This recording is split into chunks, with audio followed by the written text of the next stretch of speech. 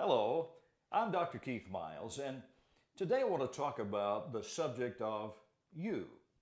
You see, God made every one of us to be very unique. In Psalms 139, verse 14, the psalmist said, "We are fearfully and wonderfully made."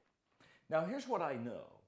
When you were created, actually, before that ever happened, God has a plan for you. He has a purpose for you, and inside of you, God placed potentials. So think with me for a moment.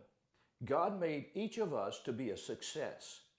The problem is, instead of being ourselves, we try to be everything else.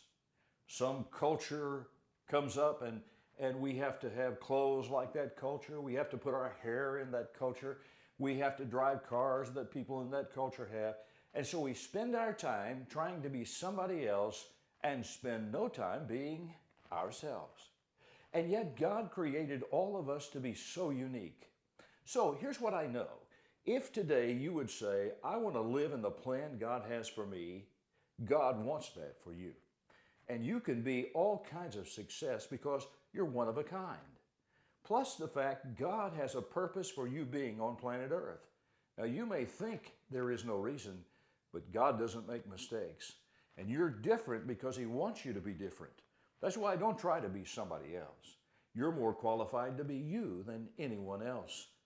And so the third thing is most important, and that is that God built in you potentials, listen, that are only known to Him.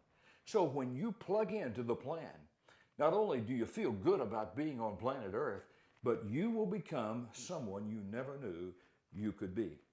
In chapter 1 of my book, new book, entitled Conquering Fears, Feelings, and Emotions, you will find what it means to be the person God created you to be. I challenge you to buy the book, not because I wrote it, buy the book because you need to discover who you are and what God has in store for you. Today, God wants you to be a success. Why don't you start that journey right now?